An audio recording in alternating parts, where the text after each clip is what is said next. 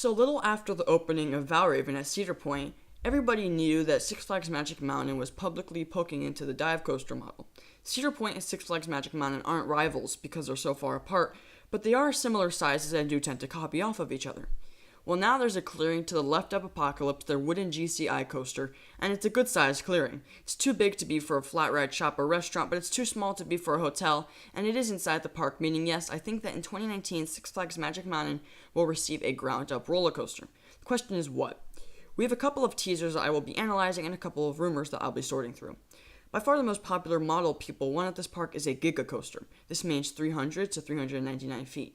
It's really what the park needs right now and would definitely help out their lineup, but I really doubt this just for about every reason. For one, the clearing's just simply not large enough for a Giga.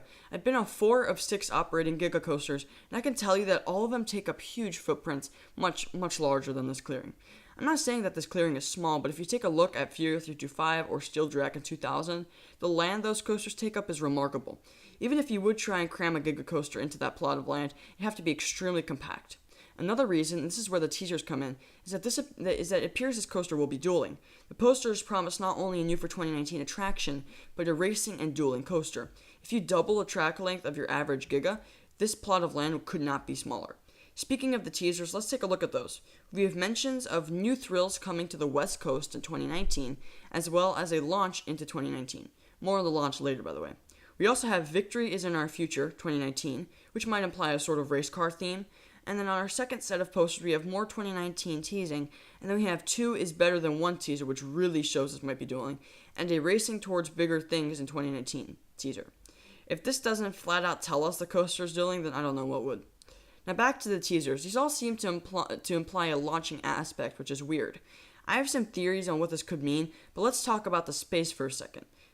So this is to the left of Apocalypse, their old GCI, and the clearing is going on, and according to this footage, it doesn't seem to be perfectly leveled, so this could imply some slight terrain work with the coaster. Of course, Mach has worked with this on coasters like Helix. Another interesting thing is that while this clearing is big, it's thin and long, and then curves at the end, which means this coaster does not look like it will be going over a midway or anything. This thing, or things, will be very compact. Back to the model, the teasers imply this will be launched. I have a theory that this will be a launched dive dueling coaster.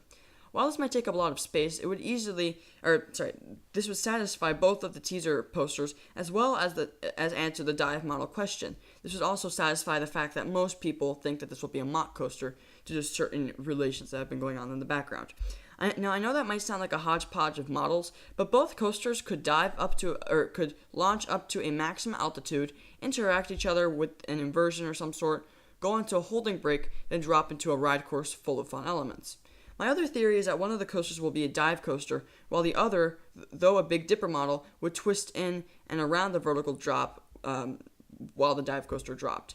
While these theories sound ambitious and frankly pretty awesome, I think we'll just be seeing 2 regular mock coasters, which is still pretty good, because Six Flags Magic Mountain hasn't unleashed any sort of stats. I'm not sure what the scale of this coaster is going to be. This park doesn't have any sort of height permits that I know of, so they didn't really have to publicly, this park doesn't have any height permits, so they didn't have to publicly file a height application.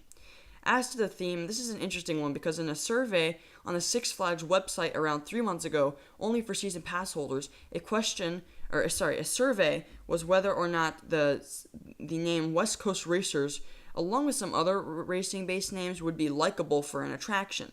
They didn't give any details besides that. That's the only detail they gave was the name.